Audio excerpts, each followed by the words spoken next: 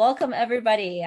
This is Helen Chong from HAYLEN Group. Today, I'm so excited to be hosting Johnny Khamis here because I was very excited when I heard that he's running for the Santa Clara County Supervisor District 1, and definitely would love to learn more about what he's going to do for our Santa Clara County District 1, and obviously would love to share his vision with everyone else as well.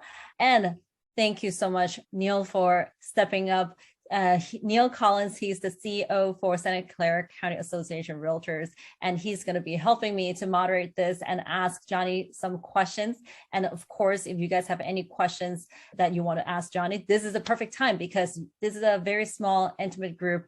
So hopefully we can get all your questions answered. So let's get started. I would like to take my first question first, if you don't mind, Johnny. No problem. I'm just curious, why do you want to run for this position, for Santa Clara County Supervisor District 1 position?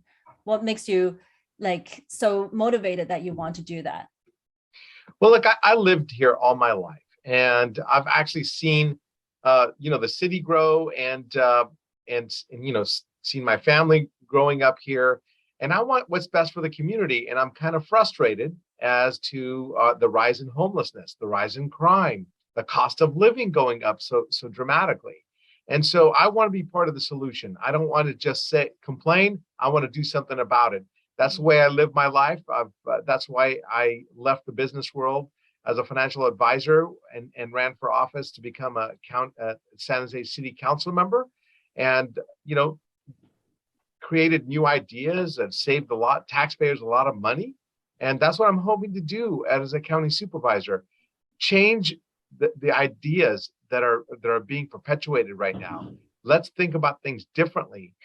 These problems aren't being solved with the same old ideas. I want to do things new, try new ideas, and hopefully get different results. That's awesome. Well, we definitely can feel your passion about this, and I know a lot of people have been wanting to have some changes. So I'm going to let Neil to take the floor and ask his questions, and I might jump in and ask questions. So I do have a lot of thoughts about, or questions about what we as a society, as somebody who live in your community, what we can do to help to make the vision a reality. So yeah, Neil, go ahead. All right. So thank you, Helen. We're going to start off, Johnny. You touched on it a bit about crime. Crime's a big issue in the district. So if we elect you as county supervisor, what can you do in the area of crime and crime prevention? Well, let me tell you, a lot of the criminal, element, it goes in. It's like a revolving door at this point. People get in and they get out. A lot of the laws that have been changed statewide, I can't do anything about. However, the county does control the prison system. They control who gets out early, and there are programs that are given to prisoners after they're released, and they're called the re-entry programs. They're skills training, like they teach them how to be a painter, a mechanic, what have you. They're tools for them to learn how to learn a skill. They find them jobs. They look for housing for them. It's all done on a voluntary basis.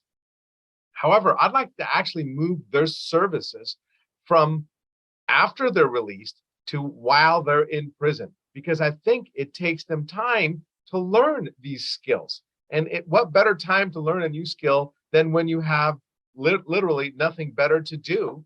Our prisons are right now storage facility for people. We want to turn those prisons into learning facilities, a true rehabilitation system. And I will work hard to make sure that happens. At a minimum, you're giving these people, more skills. Hopefully they'll be able to find a job, and they won't be part of the problem all over again.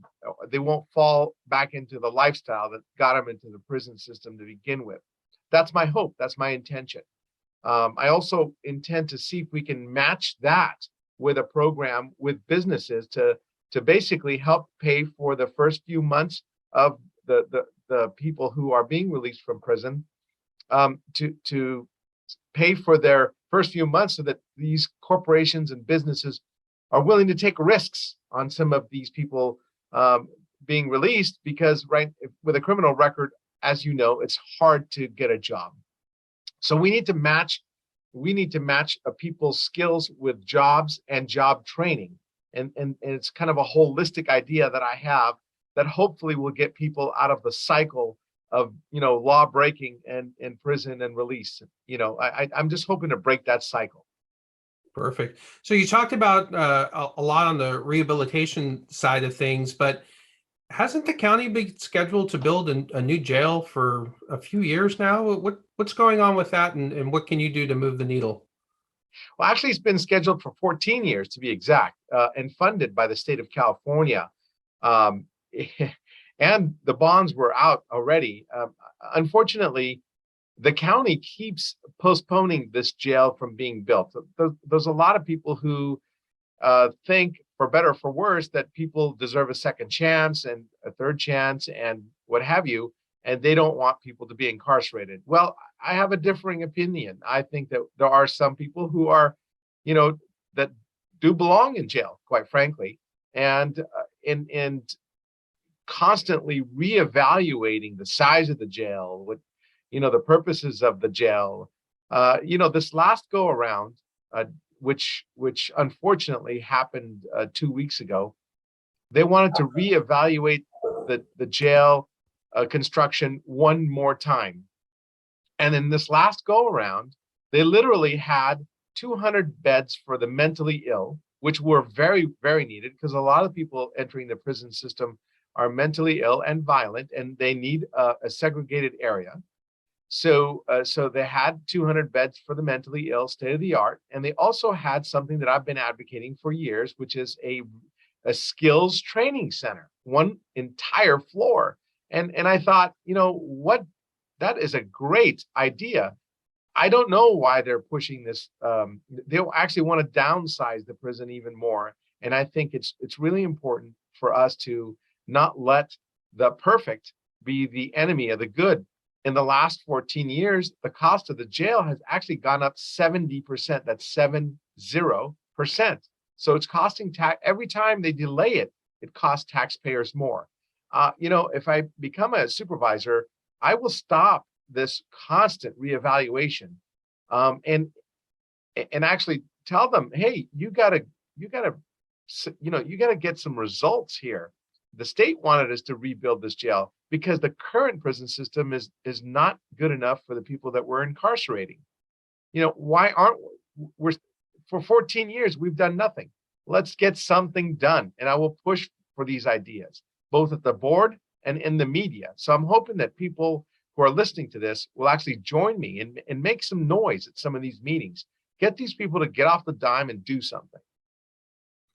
That's a great segue. I think the other thing on people's minds is homelessness, and can you touch on what the county role is and what you would do if elected to help alleviate some of the homeless issues on the street, the blight, and so forth?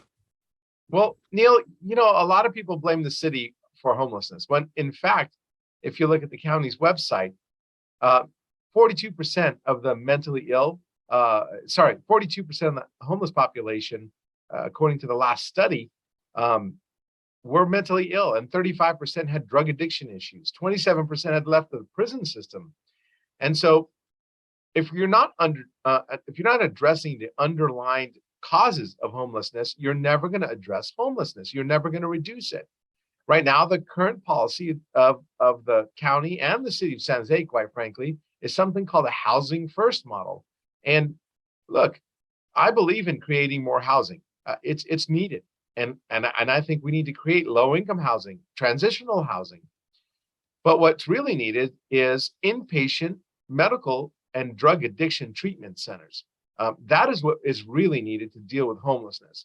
And unless you can actually bring some more facilities online, you're never going to tackle, you're never going to facilities online to help the mentally ill and drug addicted. You're never going to reduce homelessness in a significant way. You're only going to help the people who are just down on their luck, quite frankly. So I want to change the discussion, not housing first policy. It's the root causes policy. That's what needs to be talked about first. And second, make sure that, I don't know if you know this, but there's a facility that has been planned, a 77-bed inpatient medical facility for the mentally ill that had been planned since 2014, 8 years ago. They still haven't gotten a contractor for that. Again, more delays, more costs, it lead to more costs. And I just wish the county would get off the dime and actually do something, do the things that they're in charge of doing, and get it done. And that's what I'm hoping to be, that voice to say to the county executive, why aren't you getting this 77-bed facility completed? It should have been completed already. It's been 8 years. How much longer can we wait to create capacity for inpatient mental health beds? And we need to look at other areas. Quite frankly, there's several clinics that are underutilized. One clinic in Morgan Hill isn't utilized at all. The DuPaul Center that the county owns could be easily converted into a mental health or a drug addiction inpatient center and create immediate hospital beds. I don't know what the holdup is. I think that we need to get stuff done. Well, I for one appreciate that. I am anxious to see someone get into that position to get some action going, because it's, so often we say it's a money and a resource issue. That's not necessarily the case with the county. Sometimes it's just a will, drive, and being focused. So let's stay in housing. Some of the most important people that really make our community what it is, firefighters, police, and especially teachers, are having a real difficult time with housing. Is there a role that the county could play? Well, certainly, as you may or may not know, Neil, hopefully you do know that the county actually has an assessment on everybody's property taxes called Measure A. That is a $950 million bond measure that was designed to bring in 4,000 new low and medium income units on within 10 years, 4,000. That was passed back in 2016. It's 6 years later, and I think we got about 500 units so far. I think it's, again, delays. 6 years ago, you could have bought a lot more units with $1 billion than you can today.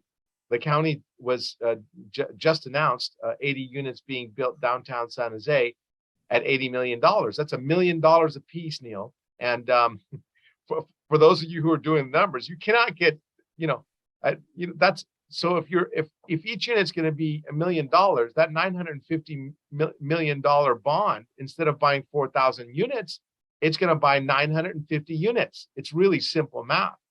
So the taxpayers aren't getting their money's worth. And quite frankly, it's so much easier to buy than build. All somebody has to do is hire a realtor. And I realize I'm talking to the Real Estate Association and some realtors in the audience here.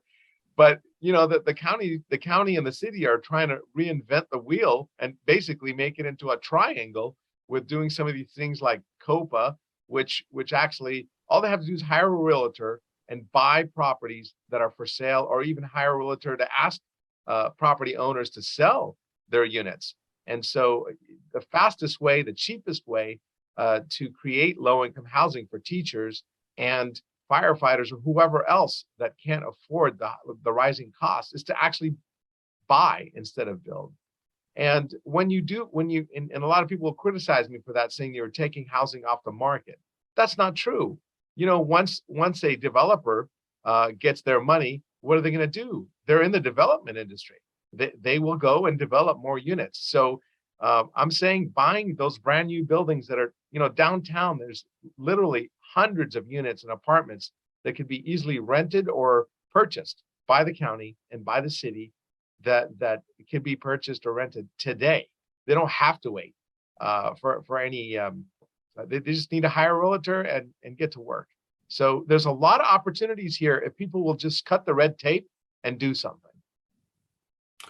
So let's continue to stay in the housing space. During the pandemic, the county got involved in basically the tenant rights space, and why I think most of us would agree tenants do have rights, and we need to treat them accordingly and with dignity. We also have housing providers that have a sizable investment and they have some rights as well.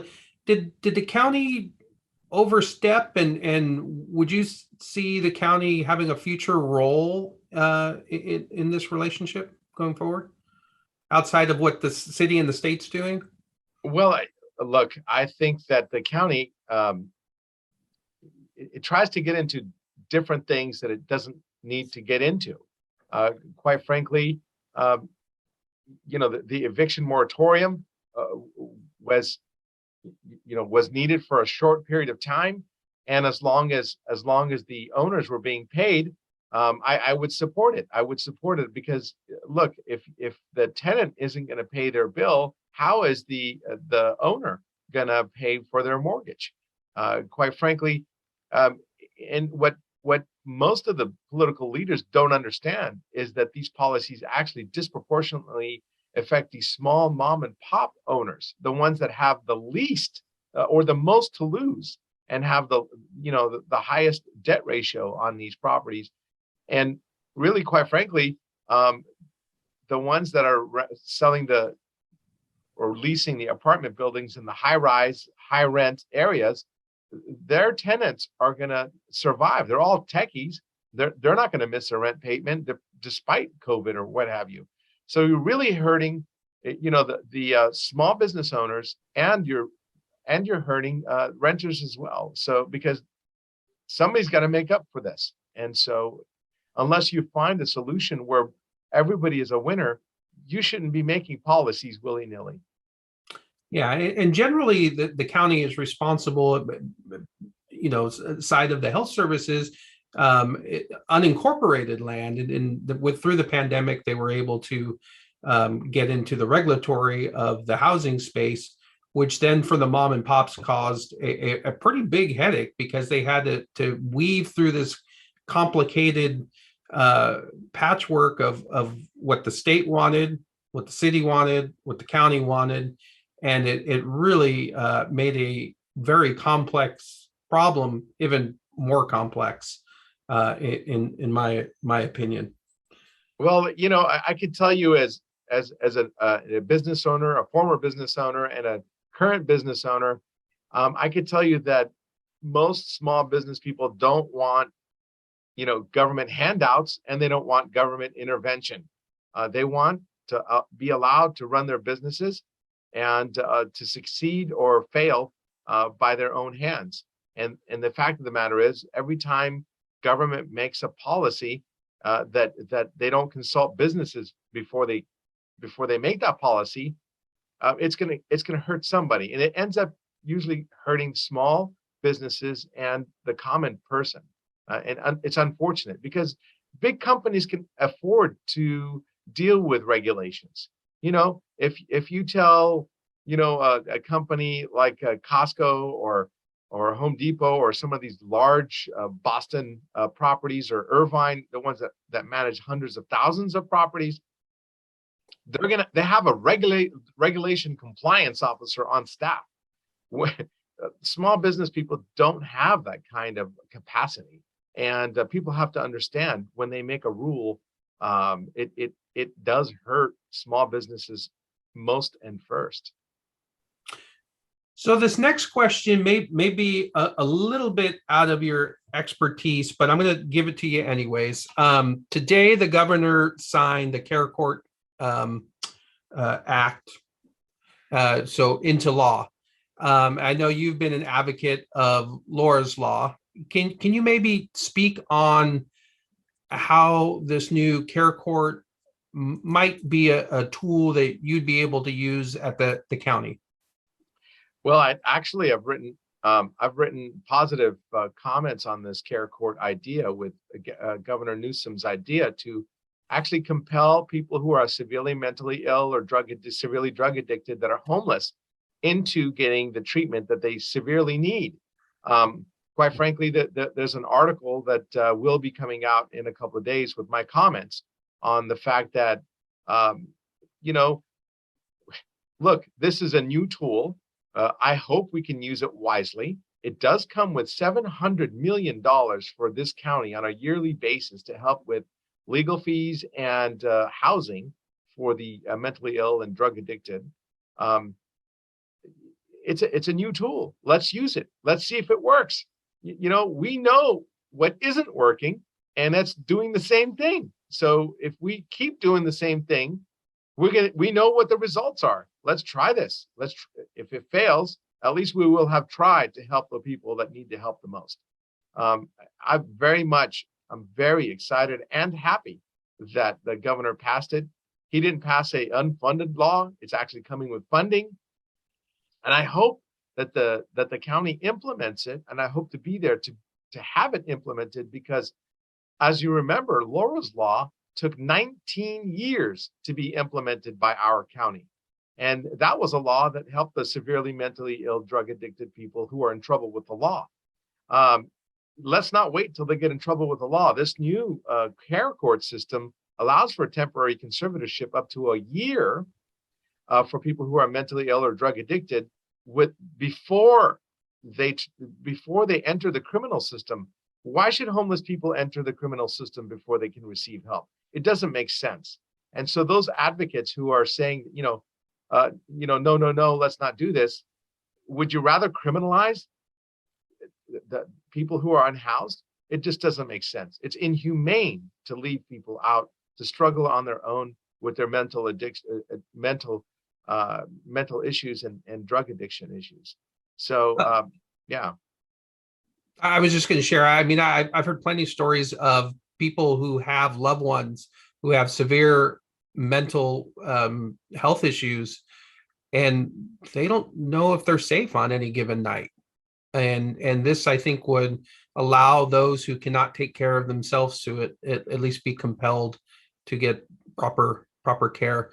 I see Sam's got a question, so if it's all right, Johnny, we'll break in here and give Sam his question. No problem. Thank you so much for showing up on the Zoom.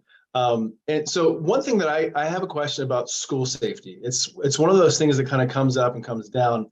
I don't know if I'm addressing the right person, but I'm sure it's something that comes into your sphere. And so that would be a question that I have, is school safety for the public schools. I know we saw a lot of it, a lot of different things during COVID. But also just kind of in general, I think one of the things that's kind of gone away is just the school safety itself, as far as lockdowns and things of that nature.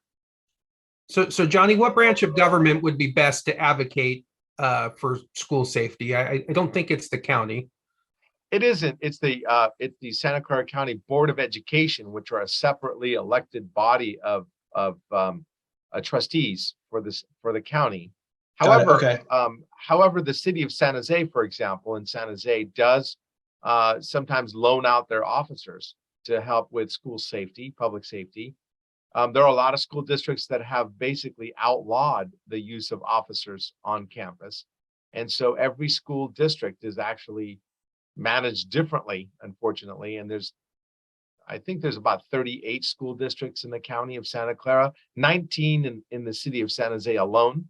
And so the question is complicated to the extent that we can get dangerously mentally ill people and drug addicted people away from schools. That's where the county can actually make a difference. Again, I don't think that the county has addressed homelessness in a holistic way. And a lot of the mentally ill people are a danger to themselves and others, quite frankly. And I certainly don't want any dangerously mentally ill people anywhere near our schools.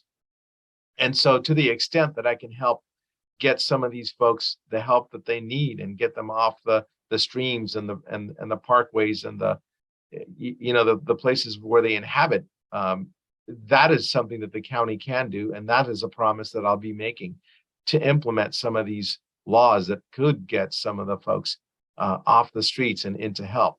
And I don't know if that's a roundabout way of answering your question, but it is a complicated topic, and it's not a one answer solution. I don't know, what school district do you live in? So I live in the school district of Morgan Hill, but I'm also involved in the school district for Sunnyvale as well. Okay. Well, so the Morgan Hill Police Department would answer calls there.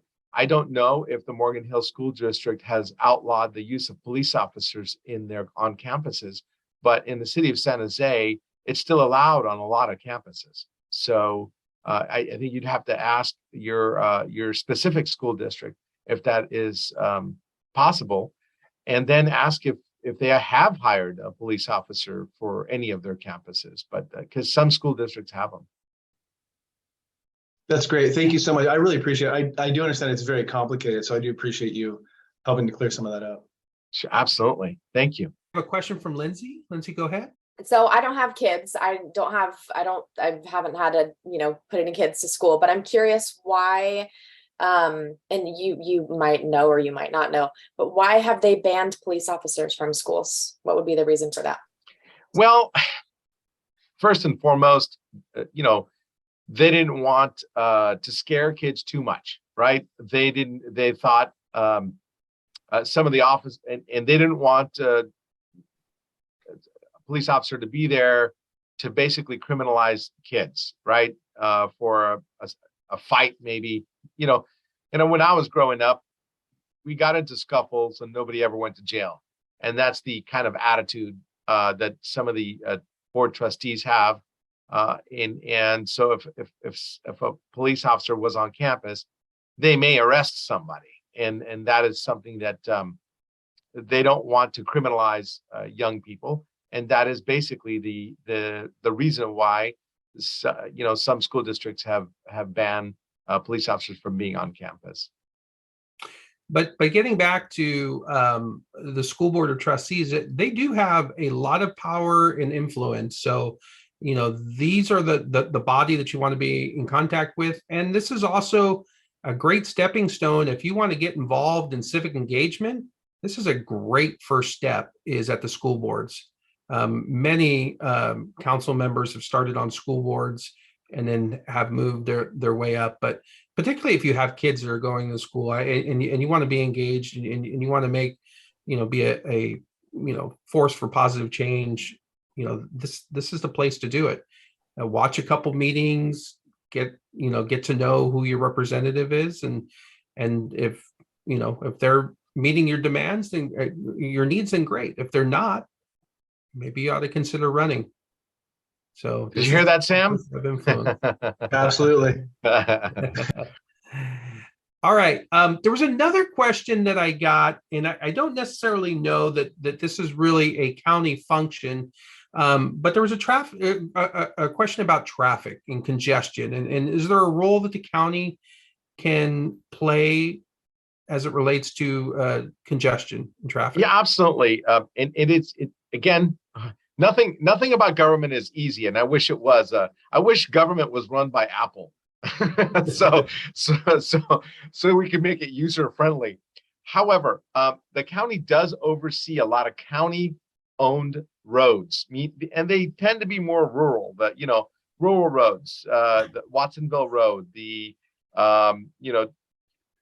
some parts of Santa Teresa and Monterey roads. They also control all the expressways. So if the word says expressway, Foothill Expressway, Capitol Expressway, what have you, those are also county-owned roads. So yes, the county does play a role in some of the roads.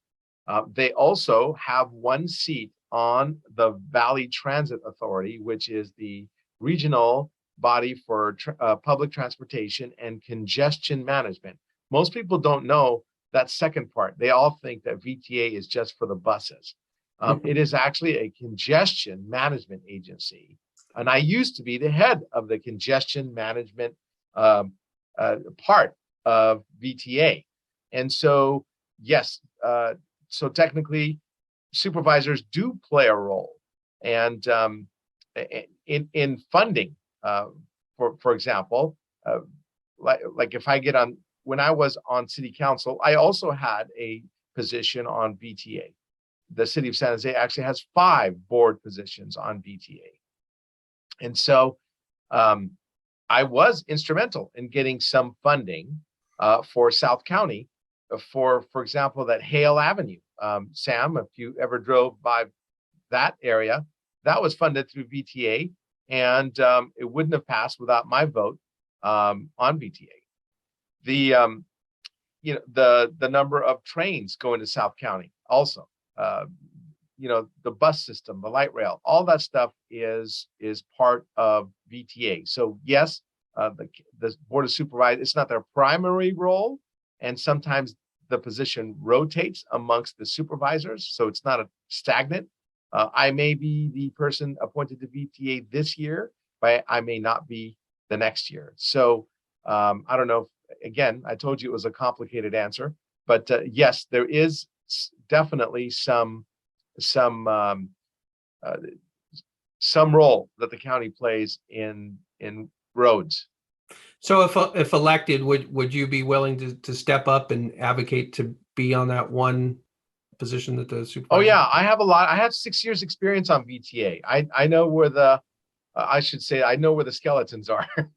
Like, I literally was one of the people who found fraud on VTA when I was the head of the government relations, where I was able to do audits, where I was able to ask for audits. I asked for an audit of an organization that was, have you ever heard of outreach? Outreach was used to help it was a subcontractor that was used to help get the people who had physical impairment to and from where they needed to go.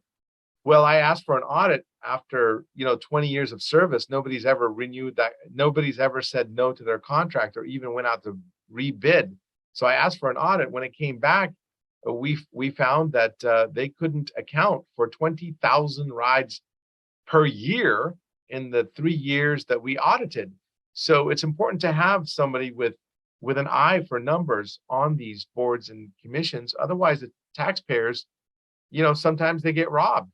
And that's what I hope to bring to the conversation in everything I do, not just on VTA. So those were 20,000 rides that were billed to the county that we all paid for as part of our taxes. Correct.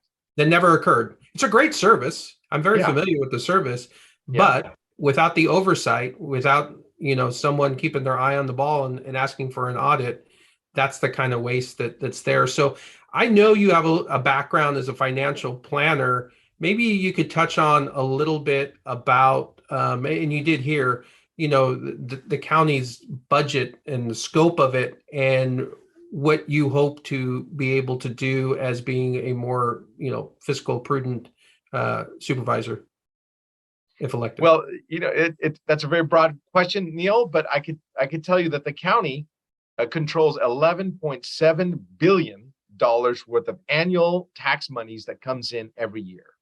Now, most of that money actually gets spent on hospitals and jails, right? So the county's primary functions are to help the needy as a social service network and the people who are in trouble with the law. I call them the naughty. So the needy and the naughty. Forgive my glibness.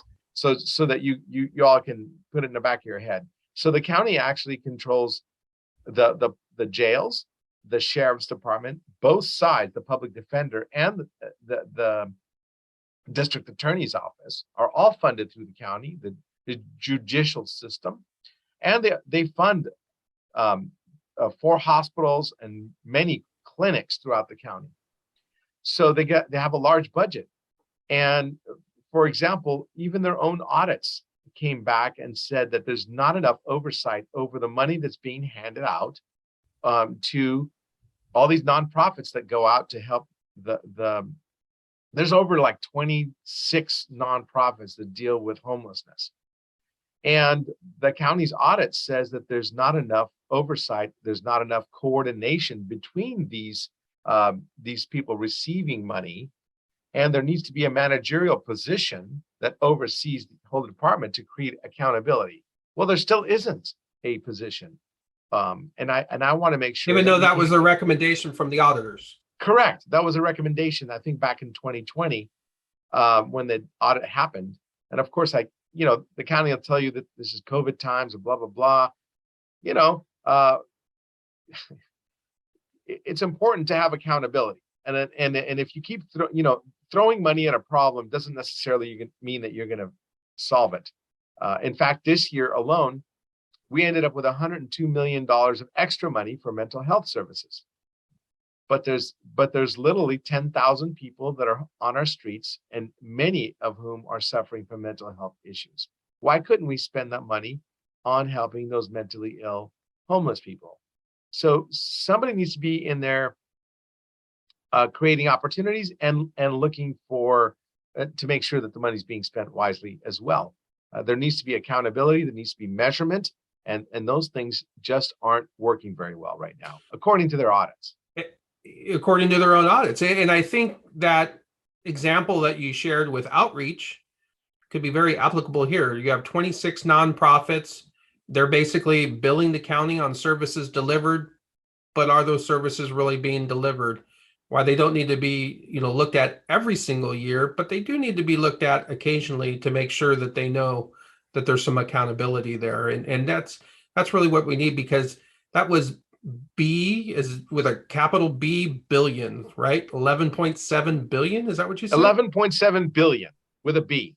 And a lot of that is discretionary, meaning that the supervisors actually have a role in how to spend that money. Well, when I was on, everybody thinks that the city of San Jose is the big dog in the whole, county or in the whole area, right? It is the biggest city, and it has the biggest budget for a city, but the entire city has a $4.6 billion budget. And most of that, believe it or not, is spent on the sewers, the water treatment plant, and the airport. And so like $3.5 billion out of that money is non-discretionary. That means that the city council members they can't touch it. It just goes to those services and can't be moved. And so there's a lot of more leeway at the county than there is at the city, and there's a lot more opportunity for failure and for bad use of our money. Or to make a big impact if the monies are put in the right areas. Thank you. Yes, absolutely. So, Johnny, what can people do if they like what they hear today? What can they do to help you out in your campaign? You're up against a powerhouse that seems to have unlimited outside resources. What can they do to help you get elected? Well, I'm glad you asked. So one thing that people can do is contribute any amount of money, $25, $100, everything helps our campaign. And I could put in the website, maybe I don't know, maybe Diane can put in the website. But any small contributions and would be great. Yesterday we had a lot of volunteers stuffing envelopes. We literally stuffed 2,500 envelopes, and that's just it helps save us money, save us time. People could donate stamps, not stamps, but whatever their time. We need people to put up lawn signs if they live in the district, like I think Sam does for sure. I don't know where Lindsay lives, but I could tell you that lawn signs in your neighborhood tell your neighbors that, hey, vote for this guy. It helps us out a lot. And volunteering in general would be great. There's a lot of things that you could do: phone banking, texting, knocking on doors. I know a lot of realtors like to knock on doors. This could be a great opportunity to meet your neighborhood. And lastly, if you'd like to host a meet and greet, either virtual or in person, we would be happy to work with you on creating a date and time where we could do that. Yeah, so it'd be another small group like this. You could host it at a park, as I think Marvin and Diane were talking about. You could do it in your driveway. It's a great way to get to know the neighbors, and it's a real simple thing, but it gets Johnny in front of more people to be able to tell his story, and for people to have like full access to him. So many times elected officials Once they get elected, you never hear from them again. I can tell you, because Johnny represented my district, District 10, that's not the case. We had a crime issue here. I reached out to him and he was able to help us. We had a street light that was taking forever, and even using the city app, we couldn't get any action on it. And, lo and behold, within a couple of weeks, it was fixed. So he is someone that will be there for you. Johnny, when we were doing that event yesterday, I think you also said there's about 300 folks who said, I want a lawn sign, but you just need help getting them to those people. Yes, we need delivery people. If you want to be our Uber Eats for lawn signs, let us know. So even if you're an introvert, this is a great way, because they just have to go over, put the sign in the lawn, and then go to the next house, right? That's it. That's it. Yeah, we like to put up a little sticker that says, if you don't want the sign anymore, call us, because we had 500 people that wanted the signs, and we also had 1,000 people that ordered the signs the last time. We just want to make sure that they have the signs this time. Yeah. And some people are really comfortable knocking on doors and having parties, and some people want to help, but they're a little bit more introverted. This is a great way to do that, or going into the office like we did yesterday and stuffing envelopes and helping out in other ways there. Helen, I see you got a question. Well, a question and a comment. One of the reasons why I'm hosting this meet and greet is because I had approached Johnny before, even though he wasn't my city council member at the time, but still, when I had questions, I asked him, and he's so personable, right? And I actually thought like some of what you just mentioned earlier was very interesting. And my question for you would be, I feel like a lot of people are always trying to avoid talking about politics, always trying to avoid to be in the political events, because it just gets nasty. It gets like, oh, everybody hating each other. Oh, it's like, wow, you're voting for this person and I'm voting for that person. What are you doing to help, I guess, like to work with other county supervisors or even other candidates? And what will happen if, like, let's say you do get the position? How will you be able to work with other county supervisors in order to get some of your visions and some of the issues to be implemented? Well, that's a great question. And I hate when national politics seeps into our, local politics. At the local level, we're trying to do the basic things. Make sure we have enough police officers. Make sure that we are getting homeless people off the streets. That has nothing to do with the Republican Party or the Democratic Party. It has to do with getting stuff done for the citizens. And I've been proud. I have a great reputation of working with all members of my city council. If you look at the people who endorse me, there's Republicans or Democrats or declined to states. There's, a slew of people on the left and the right. Some of the work that I've done at city council, I've been very proud of. And I did it with people who I am very much opposed to much of their views. I actually worked with Raul Perales, who me and him disagreed on many, many issues. But when it came to crime and homelessness, me and him wrote a memo together that passed unanimously through City Hall, to support Laura's Law, which we discussed, helping the mentally ill. We worked on that together. We didn't just go and write the memo. We actually lobbied the supervisors to do so over and over again together, so that people know that, hey, let's solve these problems. Let's get the mentally ill people off the streets. I want to focus on the issues. I want to focus on getting stuff done. And that's why I'm so proud to have so many people with so many different points of views that are supporting my campaign. And I'd be proud to have, I'd be proud to have even more. Because again, I'm not getting into this. I didn't get into politics to wave a red flag or a blue flag or any flag. I just want to get stuff done for our community so that we can live safer, cleaner, and help the people that need the help the most. I think that's great. I mean, this is one of the reasons I'm a person that's always saying like, hey, I don't want to get political because I don't want to create any kind of like conflicts between people. But at the same time, I do believe that each person, each politicians, they have their, I may agree with 80% what you're saying, but then there are 20% I don't agree with. I agree with your opponent instead. So it's just a matter of like, if your vision and my vision individually align or not, mostly. But also, I'm curious is that, how do you think that you will be working with like business owners, residents, or corporations when you become a county supervisor to get our opinions, really? Because I know obviously you already talk to a lot of people, but I feel like sometimes once the candidate get elected, afterwards all of a sudden just like shut off, right? It's like they are doing their own thing now. They're not really listening anymore. So how do you plan on doing that? Well, I think Neil said it best. I was out there.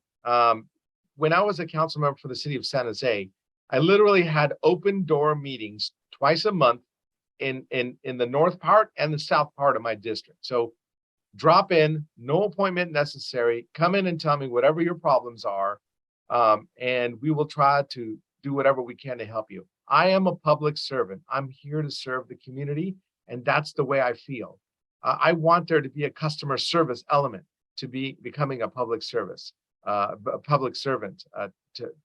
the supervisorial role, and that's the way it was when I was a council member.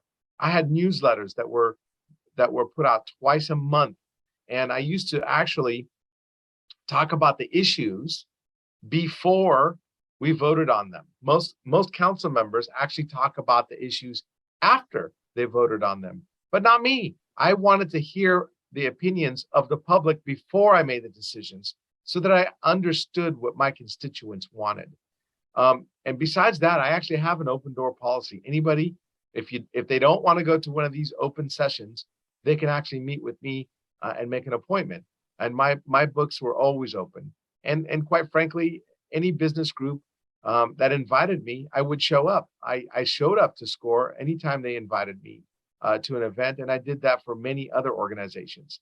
And I actually did that for a lot of nonprofits because I believe in the work of, like, for example, the YMCA. I'm a passionate believer to help people who are, to help kids who are, struggling financially to get the services they need. So I show up at events wherever I'm asked, and I will be a voice for the small business community because I know what it's like to be a small business owner.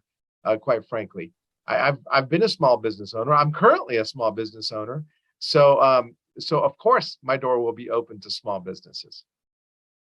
That's awesome. Thank you so much. This is great.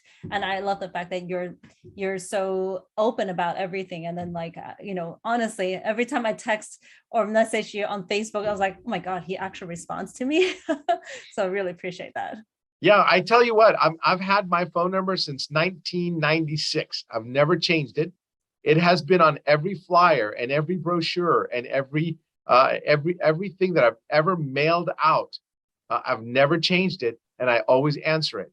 And so sometimes it takes me a little longer, but I usually get around to every single text, email, or posts on Facebook. Eventually, I'll get around to all of them myself. That's amazing.